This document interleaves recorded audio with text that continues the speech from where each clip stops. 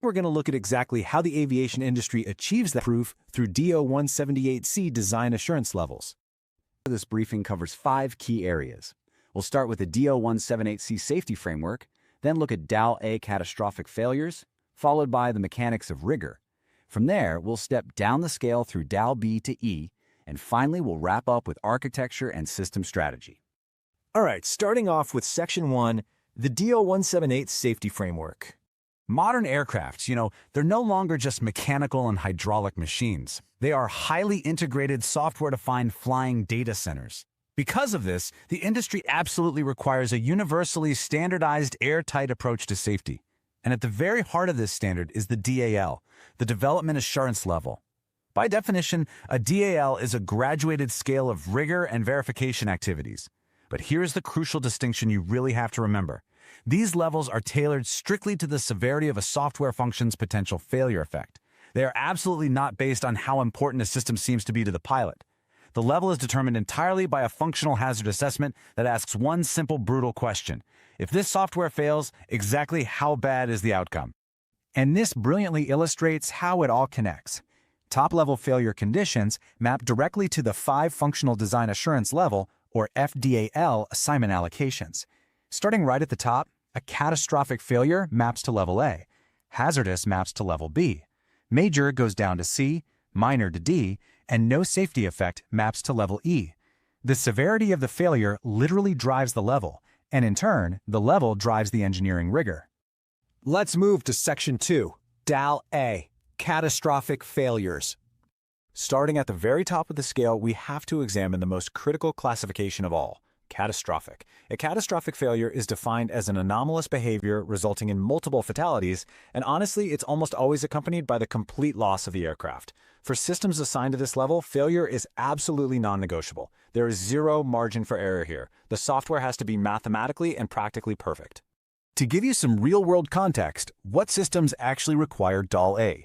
Well, these are the life-critical functions actively keeping the aircraft in the sky. We're talking about the primary flight controls, the fly-by-wire systems translating the pilot's input directly to the control surfaces, the FADEC, which completely manages the engines, terrain awareness and warning systems that prevent controlled flight into terrain. If these specific systems go down, the passengers and crew are in immediate, unrecoverable peril. Because the stakes are quite literally life and death, D-178C demands compliance with 71 specific objectives for Level A software. That is the absolute maximum number of objectives required by the entire standard. Achieving these is an immense, painstaking undertaking. In fact, for a DAL A system, pure verification consumes anywhere from 60 to 70% of the total development effort. You are spending significantly more time proving the code works than you are writing the code in the first place. So how do we actually get there? Section 3, the mechanics of rigor. What exactly takes up that 60 to 70% of the engineering effort? Well, the first major mechanic is modified conditions/decision coverage, commonly known as MC/DC. This is the absolute pinnacle of structural coverage. It's a highly demanding, mandatory requirement for DAL A and only DAL A. Here's the strict logic of how you actually achieve MC/DC. You have to exercise every single condition in a multi-condition decision with both true and false values. While you're doing that, you hold all the other conditions constant. This proves that each condition independently affects the final outcome. Why go through all this trouble? To completely prevent logic errors in complex Boolean expressions. Think about it. If a decision has 20 conditions, testing every mathematical combination would require over 1 million test cases. That's practically impossible. MC/DC uses a really clever N+1 approach, requiring only 21 test cases to achieve an equivalent, bulletproof level of safety assurance. It is an incredibly elegant, highly rigorous mathematical proof. The other major mechanic for Level A is what's often called the hidden objective. This is the verification of executable object code, or source-to-binary correlation. You see, modern compilers are smart. They optimize code, and sometimes they inject tiny bits of logic, like array-bound checks, that don't actually exist in your original source code. For DAL A, you must mathematically prove that the compiler hasn't introduced any untraceable, untested, additional code into the final executable binary. Let's move on and see how this builds, or rather, scales down. Section 4, DAL B through E. Let's see how this intense engineering rigor steps down at lower scales of severity. Level B is classified as hazardous. A failure here could cause serious injury to a small number of passengers, but crucially, not the loss of the aircraft. It drops slightly from 71 down to 69 objectives. It still requires heavy verification independence and decision coverage, but it drops that punishing MC/DC requirement we just talked about. Contrast that with Level C, which is major.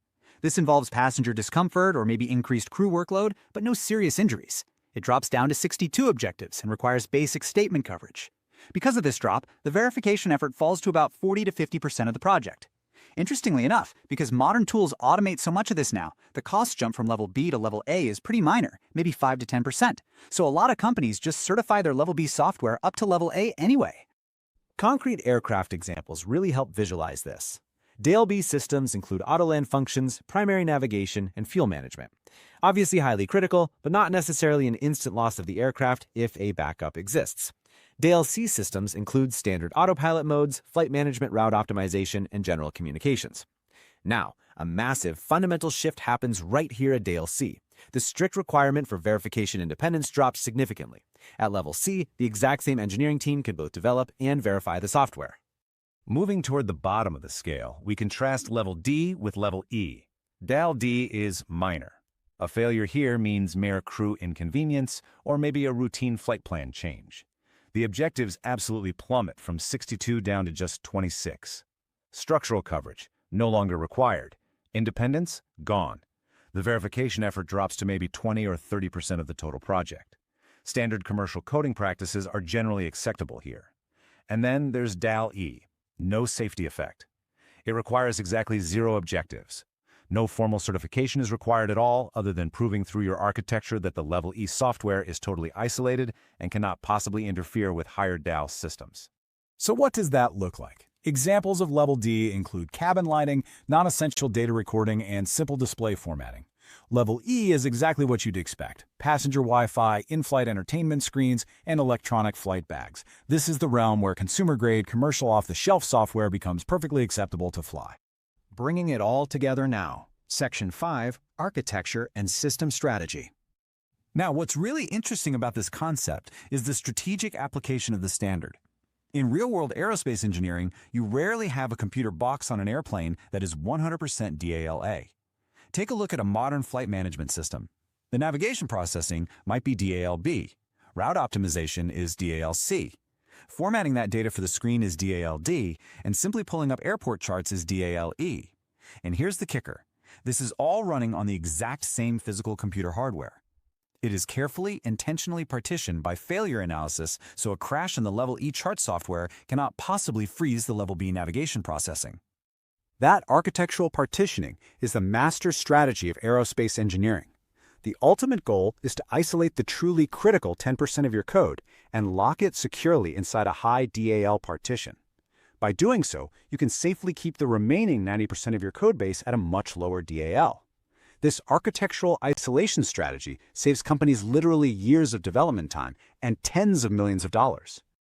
To put that financial reality into a stark contrast, cost in aerospace software is driven by the DAL level far more than it is driven by complexity or the sheer size of the code base. A tiny block of just 500 lines of DAL A code, with its intense MC/DC requirements, independent verification, and object code analysis, will cost substantially more to certify than a massive block of 50,000 lines of DAL D code. So the crucial point is this. If you take away only one concept from this explainer, let it be this. Classification is driven entirely by failure effect, not system complexity or importance. The severity of the failure dictates the rigor. That is the fundamental philosophy that keeps DO-178C grounded, logical, and above all safe. Which leads us to a final thought. We are entering a fascinating era where aircraft are essentially flying networks, demanding massive amounts of data.